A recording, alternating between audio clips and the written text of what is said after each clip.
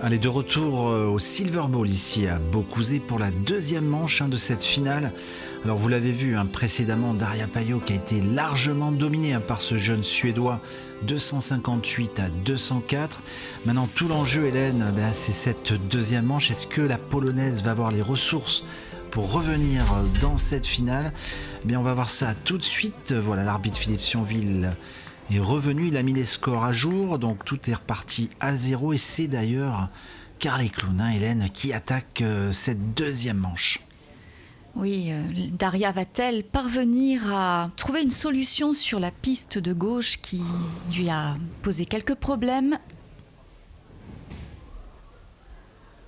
Un petit faux départ pour Karl, ouais, mais maintenant c'est bon, allez, c'est parti.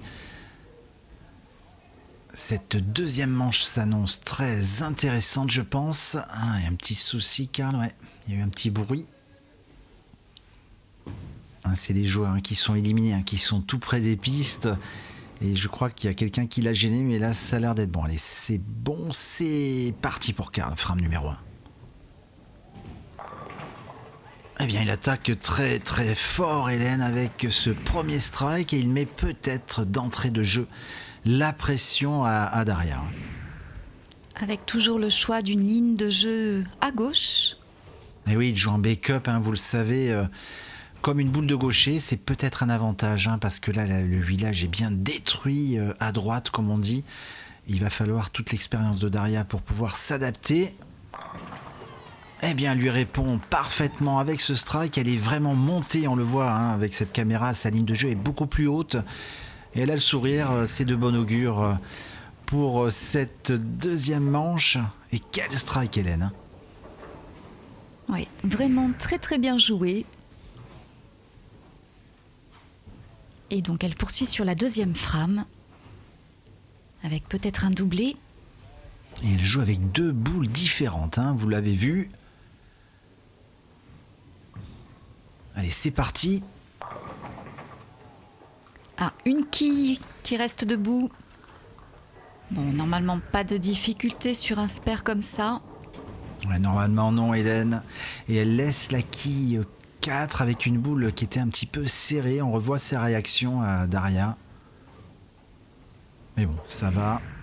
Pas de split. C'est pas un spare compliqué pour elle.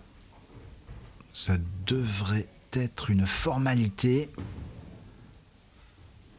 Allez, c'est parti pour la Polonaise. Allez, c'est impeccable, mais voilà, il y a toujours ce petit problème sur cette piste 5 qui n'est pas résolu manifestement. C'est vrai, Hélène, je vous rejoins d'ailleurs avec votre analyse. Elle a un petit souci, effectivement, sur la piste 5. Alors que Karl a son avantage, c'est qu'il joue en backup et sur la partie gauche de la piste. Et c'est vrai que la piste n'a pas trop évolué, donc il a quand même un avantage sur l'aspect, on va dire, technique. Maintenant, va-t-il être régulier? C'est ce qu'on va voir. Frame 2. Pour le Suédois, Hélène, et il met le doublé.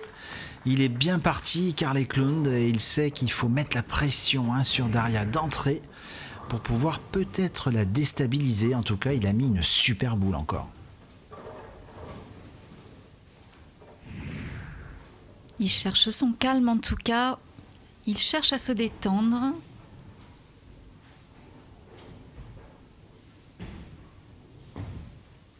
Il reproduit ses gestes sur la frame 3. Il nous laisse une quille cette fois-ci, Karl, la 6. Une boule un petit peu serrée, on la revoit d'ailleurs au ralenti cette boule. Elle attaque un petit peu trop la poche et c'est tout à fait logiquement qu'il laisse cette quille 6.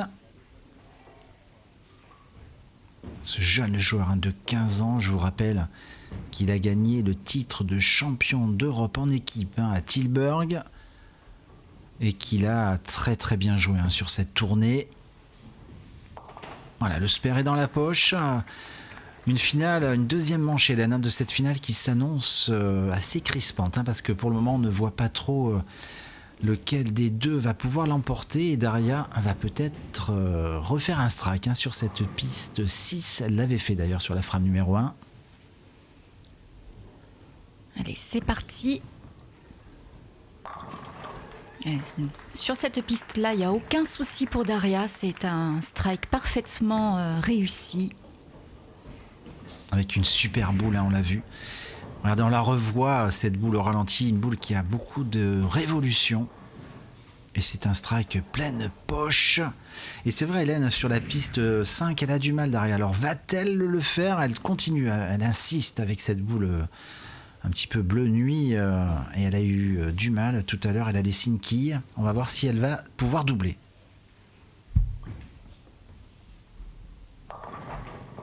Oh, je sais pas. Oh, c'est vraiment un peu chanceux, mais tant mieux. Elle a réussi à faire ce strike. Elle est très contente, Daria, et on la comprend. Un strike très chanceux, mais ça fait doubler. Alors c'est peut-être le tournant de ce match, parce qu'elle va pouvoir le tripler, Daria. Il faut que le Suédois revienne tout de suite dans le coup. Ça serait bien qu'il strike. Et il le met, Hélène. Bravo à Karl. Quelle réponse de ce jeune joueur, seulement 15 ans, mais quel mental.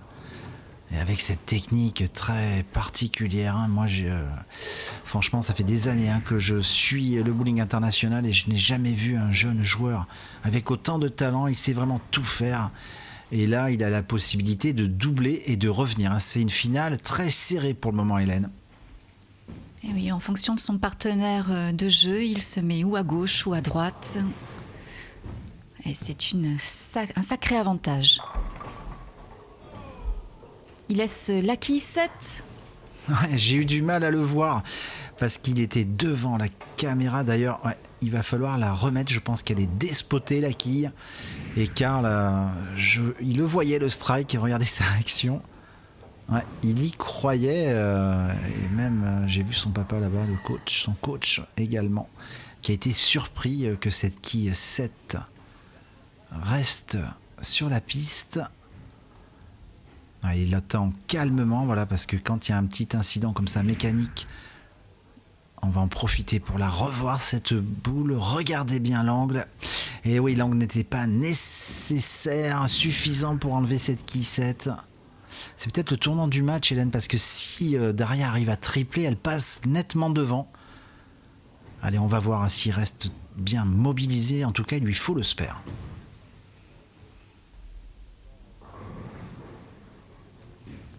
Il prend du temps, il a raison, parce que chaque quille compte.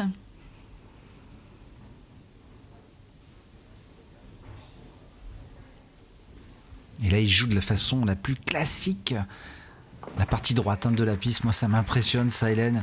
Un coup en backup, un coup en à deux mains classique, on va dire. Déjà, le style à deux mains n'est pas si classique que ça. C'est vraiment incroyable. Mais pour le moment, Daria est devant. Et si elle le triple, là, elle prend un net avantage. Alors, on va voir. Elle a fait que des strikes, je crois, Hélène, sur la piste 6. Ouais, c'est ça. Et elle continue avec cette boule. Elle devrait peut-être le faire. On va voir ça tout de suite.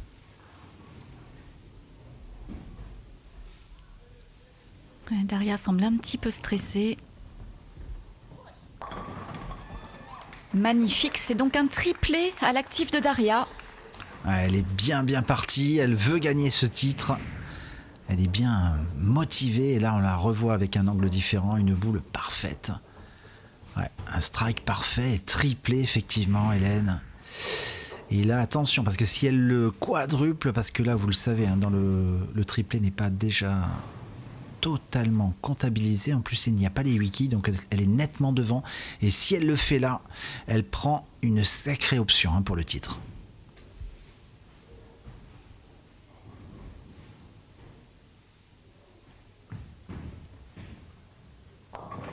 Oh là là, zut. Eh bien, c'est la situation qu'on envisageait sur cette piste pour Daria. Le pire, on revoit cette boule au ralenti. Il y a un gros split, Hélène, un très très gros split. Alors là, va-t-elle le tenter? En tout cas, en finale, comme ça, sur une deuxième manche, elle n'a plus rien à perdre.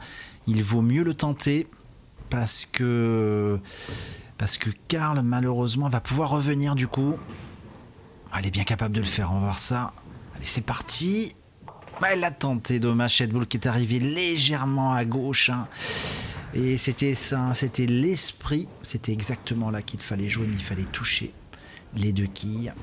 Et donc premier open du match, et c'est peut-être Hélène le tournant du match à la frame numéro 6 pour la polonaise. Allez, il faut à tout prix que Karl prenne l'avantage sur ce coup. Et malheureusement, la quille 7 reste. Il est abonné à la 7, le Suédois. Mais il ne s'énerve pas, hein. Rendez-vous compte, hein, cette maturité d'esprit à seulement 15 ans. Parce que la boule est bien jouée, mais il ne s'énerve pas. Vous avez vu comme il est calme, il est serein. Alors on voit sa réaction, il est bien sûr très déçu. Mais regardez ça. Il n'y a aucun geste d'énervement. Il maîtrise parfaitement la pression. Et ça, c'est vraiment de la graine de champion, Hélène. Hein. Il faut quand même le spare. Ah, c'est pas mal parti. C'est parfait pour Karl. Un spare de plus. J'ai vu un petit rictus de Daria. Elle sait que ce jeune homme est en train de revenir sur elle. On voit le score après 6 frames. Quelle finale, 118 à 123. Pour le moment, on ne peut pas dire encore qui va gagner. Mais moi, il m'impressionne, ce jeune Suédois. Il est vraiment d'un calme olympien, Hélène. Et il va jouer cette frame numéro 7. Ouais, c'est splendide. Il fait vraiment un sacré travail. Il fait son job, comme on dit. Ouais, je suis d'accord, Hélène. Il fait le job. Karl Eklund et il est repassé quasiment devant. On va voir ce que va faire Daria. Pour le moment, sur la piste 6, elle n'a fait que des strikes. Donc, en théorie, si elle est bien focus, bien concentrée, elle devrait rajouter un. On va voir ça tout de suite. Elle est montée un petit peu trop haut, cette boule, et elle nous laisse une quille. Alors, est-ce que la polonaise est en train de se dérégler un petit peu ? Ça se joue là, le match, Hélène, et on voit cette boule qui est partie beaucoup trop haut au niveau du break. Alors, je ne sais pas si elle a bougé un petit peu, sa ligne de jeu. J'ai pas eu le temps de voir, mais la boule est partie beaucoup plus tendue en fin de piste, comme si elle avait pris un petit renard, comme on dit sur la piste, un petit transfert d'huile. Allez, il faut le spare derrière pour rester au contact du Suédois.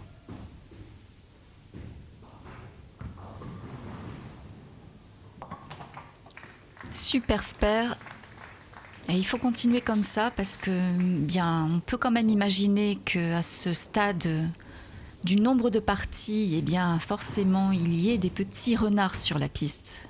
Donc il faut être régulier. Hélène, régulier, mais comme on le disait, c'est pas pour défendre notre championne, Daria Pajok, la tenante du titre, mais elle a plus de trafic sur la partie droite et elle est peut-être en train de gamberger un petit peu, mais elle reste très concentrée, mobilisée. Oui, aïe, aïe, et là c'est un deuxième split, Hélène, sur cette piste 5, et ça c'est pas bon du tout. Et celui-là, on voit sa tête, elle est dépitée, et celui-là en plus il est quasiment injouable. Oh là là, deuxième split, ça va peut-être la condamner, ça. Alors là, il est essentiel qu'elle garde le mental. Et oui, forcément, une open, et c'est la deuxième. Et la deuxième, Hélène, et oui, la deuxième. Et si le Suédois ne s'énerve pas, il a le match en main maintenant. Regardez le score, 150. Ça veut dire que Daria, si elle terminait en strike, elle pourrait faire 210, plus les 8 kills, 218. Et le Suédois, s'il le double là, il est très très bien parti. On va voir ça tout de suite, frame numéro 8. Oh, il le met, quelle autorité. Et il en veut là, il le savait que ce doublé était très très important. Regardez cette boule sous un angle différent. Il est monté un petit peu plus haut là-bas au niveau du break. Et la 7 est tombée cette fois-ci. On a vu son petit geste, il a accompagné la boule par le mental et c'est le doublé. Et attention, parce que si le triple à Hélène, la coupe se rapproche de plus en plus de lui. Elle est juste derrière là, mais il pourrait bien la soulever dans quelques instants, s'il arrive à le tripler. Allez, nous allons voir ça.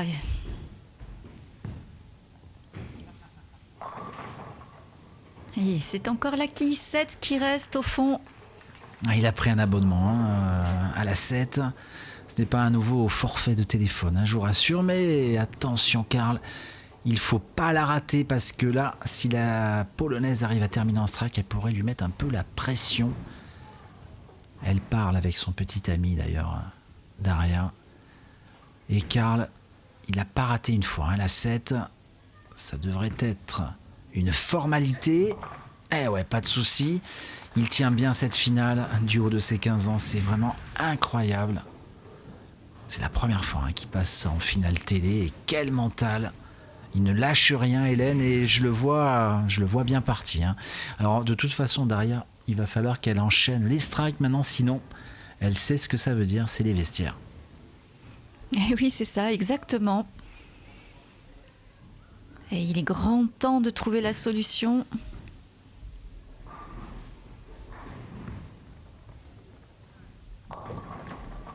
Ah, cette boule est montée encore un peu trop haut. Et décidément, c'était la piste à strike tout à l'heure pour Daria. Elle se parle en plus. Et ça fait 2 boules qu'elle monte trop haut. La boule finit pas bien et elle est punie, Daria. Malheureusement pour elle, l'aspect mental compte. Et pourtant, elle était très très bien partie. Elle avait fait ce petit triplé. Allez, le spare. Ouais, pas de problème. Spare Hélène. Et je pense que ça va être très très dur parce qu'on va faire un point score. Mais est-ce qu'elle va pouvoir espérer? Je pense pas. Alors le score, le voici. 160 à 187. Ça va être dur. Déjà, il faudrait qu'elle fasse un petit triplé, mais je vois pas le Suédois faire un énorme trou à la frame 10. Je pense que malheureusement pour elle, Daria Pajok ne gagnera pas cette année ce Bowling Promotion Tour.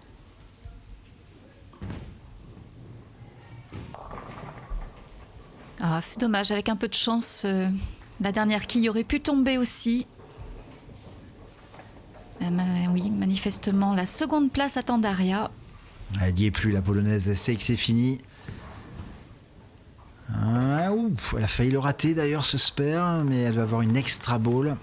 Tiens, elle change de boule, intéressant. Elle a pris une boule verte. Pearl, est-ce que c'était la solution pour la piste 5 ? En tout cas, elle la prend trop tard. Oh, elle a l'air mieux, sur la piste. Oui, regardez Hélène, comme quoi, si elle avait joué avec cette boule sur la piste 5, ça aurait pu être différent. Et c'est ce jeune Suédois qui l'emporte. Alors, bien sûr, il faut quand même qu'il joue la dernière boule, mais il ne va pas nous faire 2 fois 0. Elle termine à 189 plus 8, 197. Le Suédois est déjà à 187 sans avoir joué. Il lui faut que toucher quelques quilles, voilà, et en plus 9, parfait. Il avait le sourire, peut-être que cette quille 7 aurait pu tomber. Regardez cette réaction, c'est le champion 2021 du Bowling Promotion Tour. Un beau champion Hélène. Oui, vraiment, un très jeune et talentueux champion.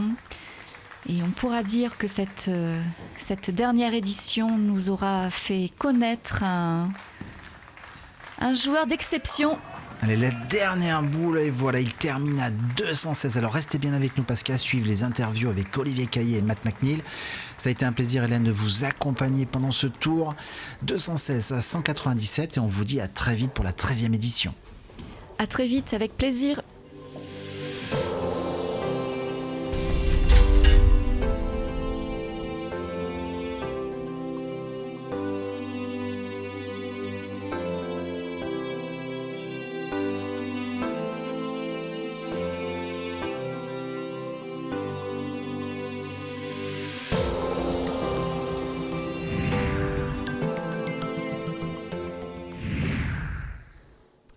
Le lauréat de cette 12e édition de la compétition, c'est donc Karl Eklund.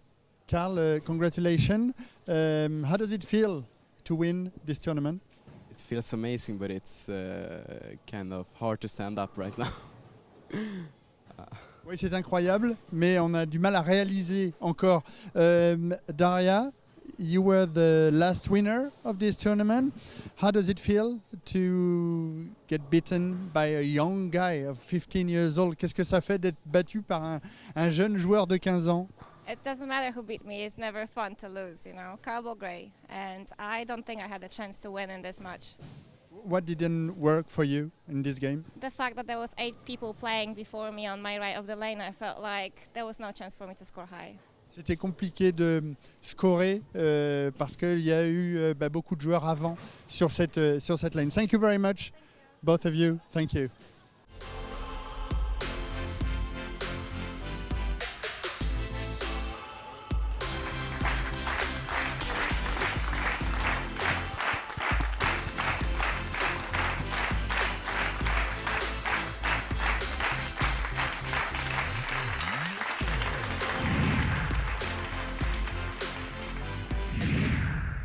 Voilà, c'est donc la fin de cette 12e édition de la Kubica AMF Bowling Promotion Tour. Et on va faire un petit résumé de cette compétition avec Matthew.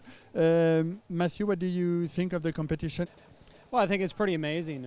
Carl Eklund is an amazing young man, 15 years old, and be able to play both sides of the lane, right-handed and with the backup, he's able to play the left part of the lane. I think that was the big advantage. We saw Chris Viali shoot 279. The right side looked very, very good. Things changed in practice, and Chris's look went away. He shot 270 and then he shot 180. So the right side became less playable, and the left side, which was fresh, stayed preserved for Carl, and he took advantage of it. And that's what helped him prevail over Daria. Thank you very much, Matthew. Pour résumer, on retiendra la victoire d'un très jeune joueur, 15 ans, capable de tout faire avec une boule de bowling. Et puis également les plus hauts scores, et le plus haut score, 279, réalisé par l'Américain Chris Viali. Thank you very much, Matthew. Merci à vous. Merci également au Bowling d'Angers. Et on se retrouve l'année prochaine pour une nouvelle édition. Salut!